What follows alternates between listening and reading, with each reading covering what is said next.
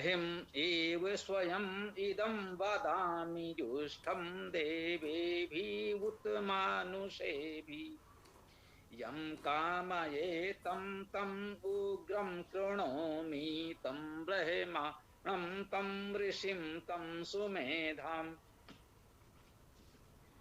मैं ही कहता हूँ स्वयं इसे, देवों मनुष्य को सेवनीय।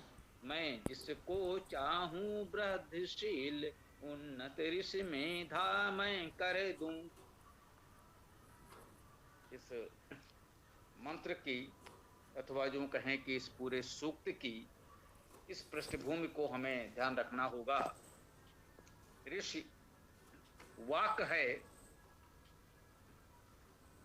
वाक अर्थात वाणी, जो परमेश्वर की वाणी है, परमेश्वर का शब्द है, उससे एकाकार होकर ऋषिवाक हमें संदेश दे रहे हैं। हमको भी परमेश्वर की इस वेद वाणी को आत्मसात करके इस बात को समझने का प्रयास करेंगे, उस भाव को, उस शब्द को, उस ध्वनि को आत्मसात करेंगे तो इसका भाव हम समझ सकेंगे। कह रहे हैं अहम एव स्वयं इदं वदामि। अहम मैं सर्वनाम है, इसका अर्थ है एव अव्यय है, ही अहम एव मैं ही, स्वयं मैं ही स्वयं। ध्यान दीजिए, अहम मैं एव ही स्वयं, मैं ही स्वयं इदम यह वदामि बोलता हूं, मैं ही स्वयं यह बोलता हूं।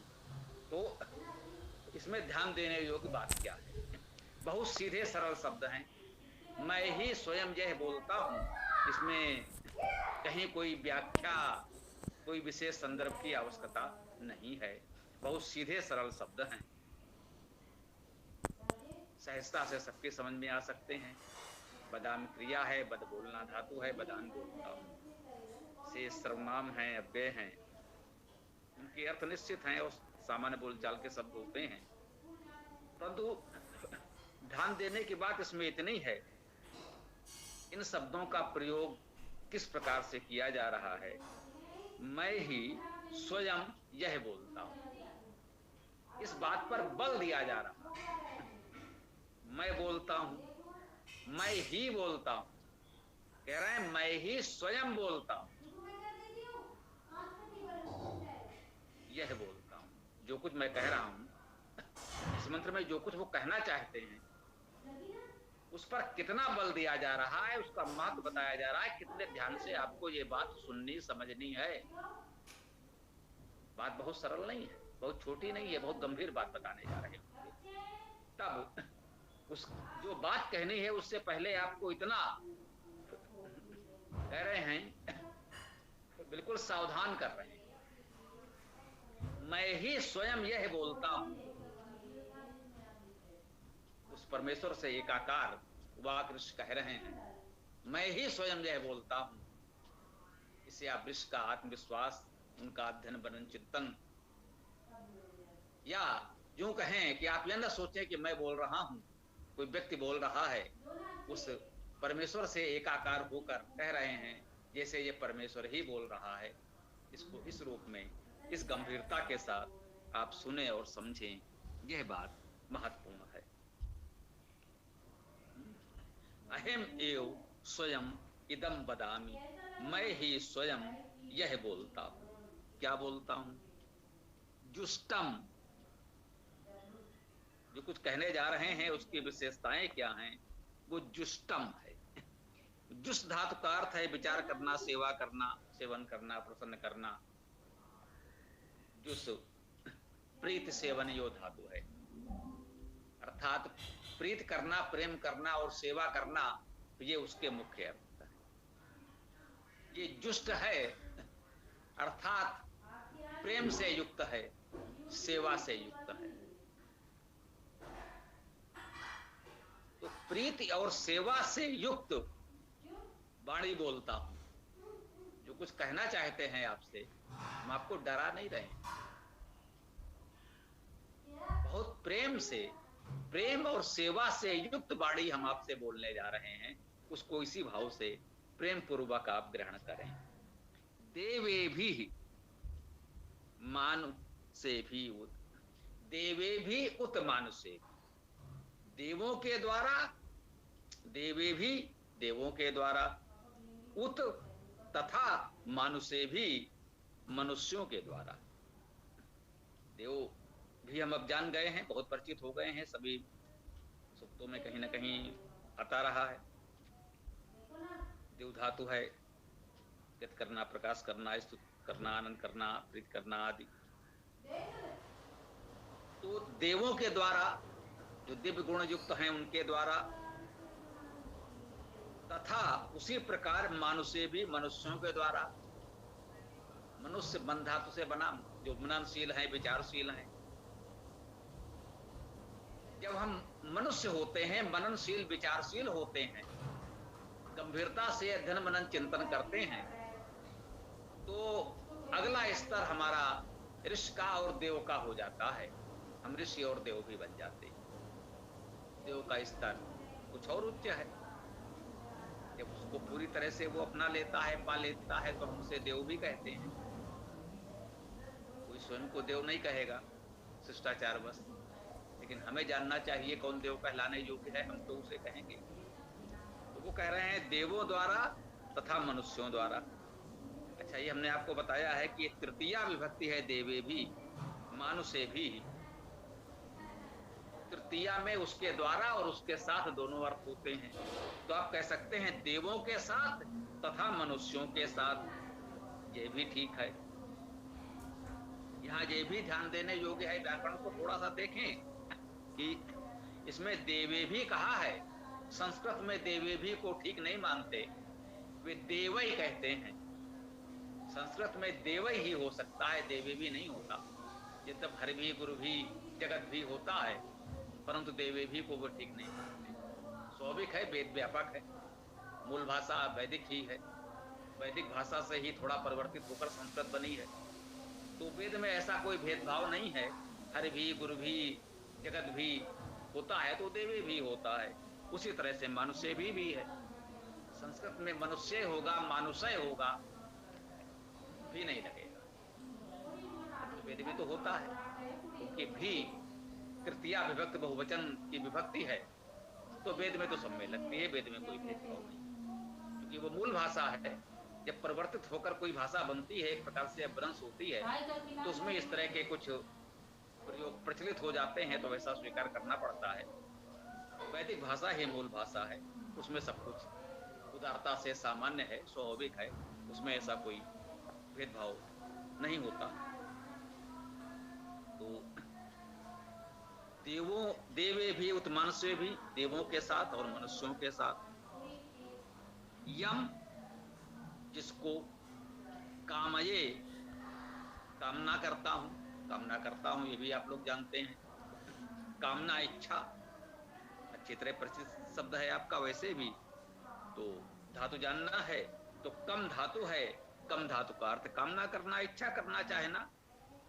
तो कामये, कामना करता हूं, इच्छा करता हूं, स्वाभाविक है। तो कह रहे हैं उसे हम देवों से भी चाहते हैं, मनुष्यों से भी चाहते हैं, उसी प्रकार से। तम सर्वनाम उग्रम, उग्र, ये उग्र क्या है? उग्र जिस अर्थ में वर्तमान में प्रचलित है, यदि कहें, कह रहे हैं कि तम उग्रम प्रणोमि। प्रणोमि भी वैदिक प्रयोग है। सामान्यतः संस्कृत में करोमि तो कहा जाता है, ये प्रणोमि है। वेद में कर्त भी होता है, करता है, करते भी होता है, वेद में होता है, संस्कृत में नहीं होता। कोई बात नहीं, वेद में सामान्य भाषा है, उदार है, ठीक है। प्रणोमि, करता हूं। कह रहे हैं कि मैं देवों के द्वारा, मनुष्यों के द्वारा जिसको चाहता हूं उसको उग्र कर देता हूं। बताइए, ऋषि या परमेश्वर जिसको चाहेगा, जिसकी कामना करेगा, उसे उग्र कर देगा।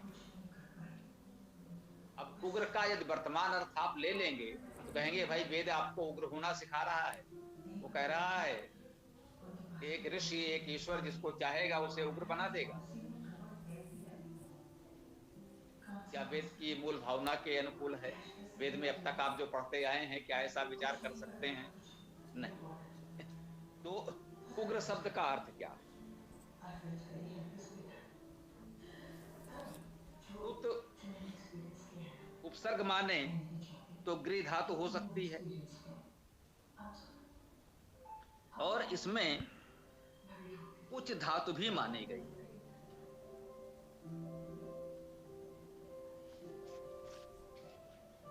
कुछ समवाय।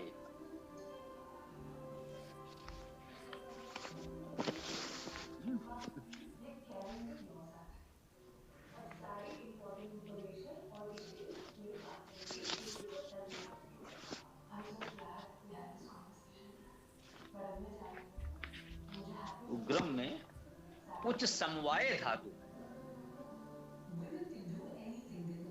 एक कुछ धातु होती है जिसका समवाय का अर्थ होता है सामूहिकता से, एकत्र करना, समवाय बनाना, समुदाय बनाना। इससे इस उग्र शब्द की व्युत्पत्ति विद्वानों ने दी है। तो इसका अर्थ क्या हुआ? जो तमाम अनेक गुणों का समवाय है, ऐसा मानते हैं, उग्र उसे कहा गया है जो सामूहिकता के साथ रहे, सबको अपने साथ जोड़कर चले, ये उसका सामान्य अर्थ हुआ। उग्र वो है जो लोगों को साथ लेकर चले, समूह के साथ चले, समूह बनाकर चले, अपना कह सकते हैं कि 1.5 ईंट का एक अलग ना बनाए, 1.5 चावल की खिचड़ी अलग ना पकाए, समाज के साथ, समूह के साथ चले, तब उसे हम उग्र कहेंगे। उग्र का जो वैदिक भाव है वो ये है, उच्च समवाय धातु से उग्र शब्द बना है।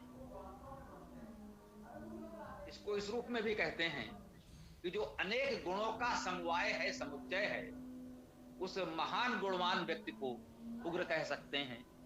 तो इसका भावार्थ ही कह लें, उग्र का अर्थ महान, सर्वश्रेष्ठ, सर्वाधिक, ऐसा भी किया गया।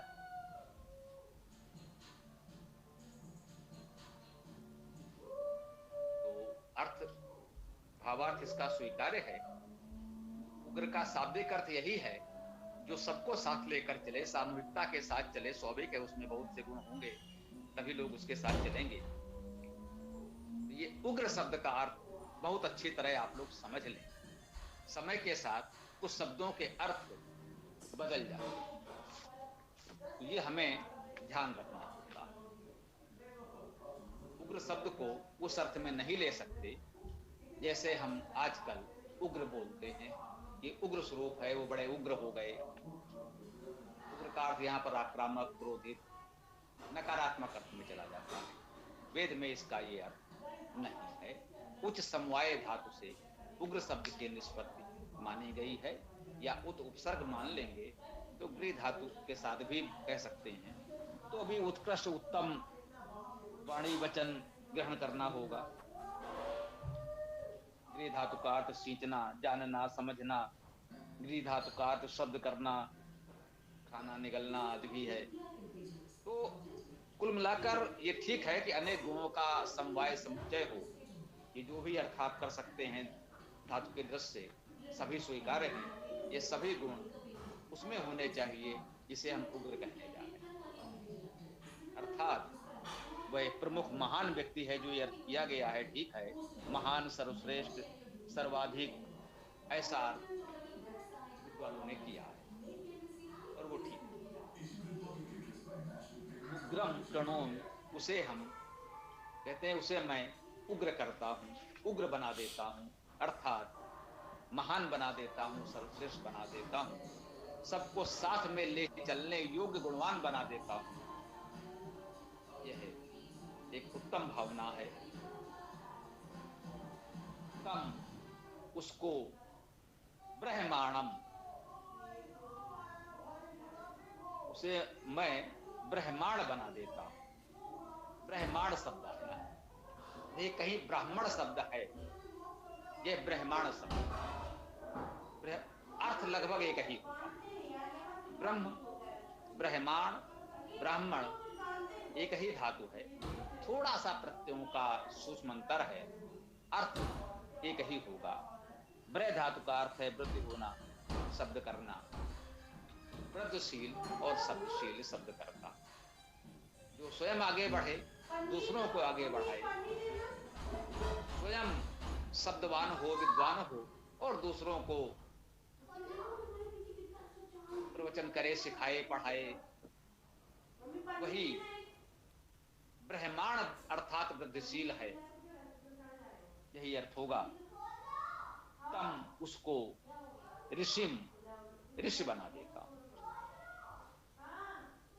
ऋ धातु का अर्थ भी जाना, गति करना है, और ऋष धातु का अर्थ भी जाना, गति करना, ग्रहण करना। तो उसे कह रहे हैं कि ऋषि बना देता। ऋषियों मंत्र द्रष्टारा, ये सर्वाधिक प्रचलित भावार्थ है ऋषि का वैदिक साहित्य में।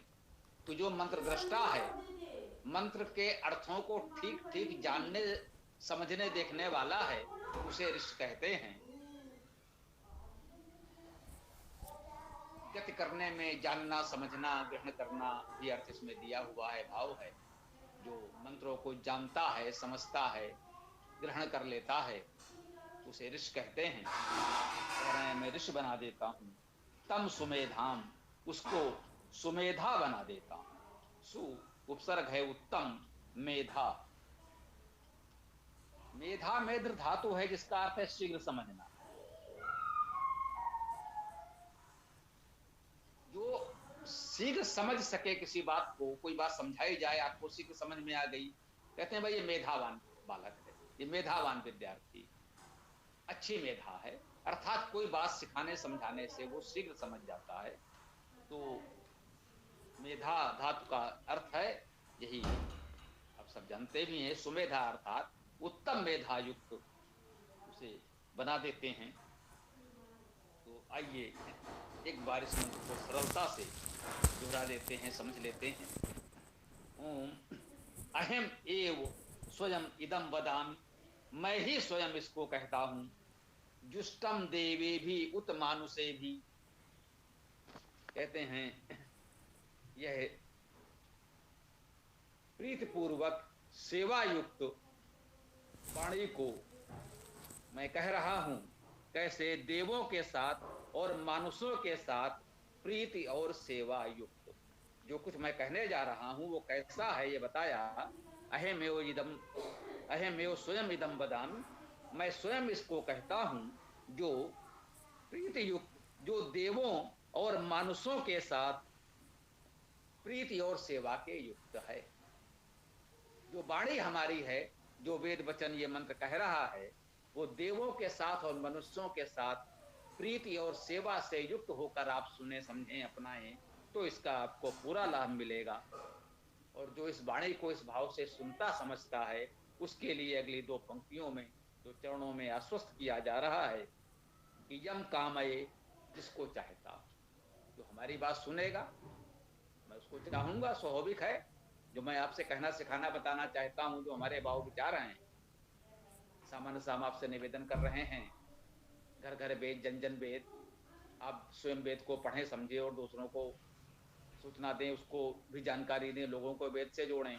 और जो हमारी इस बात को सुनेगा, समझेगा, मानेगा, अपनाएगा, तो स्वाभाविक है मैं भी उसे चाहूंगा।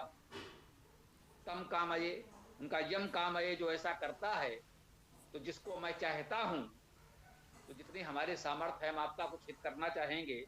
यम काम है, जिसको चाहता हूं, कह रहे तम तम, उसको मैं उग्र कर देता हूं।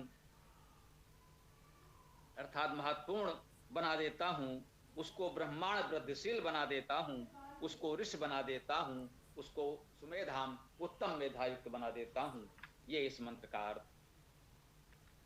यहाँ पर पूर्ण होता है। ओम खम ब्रह्म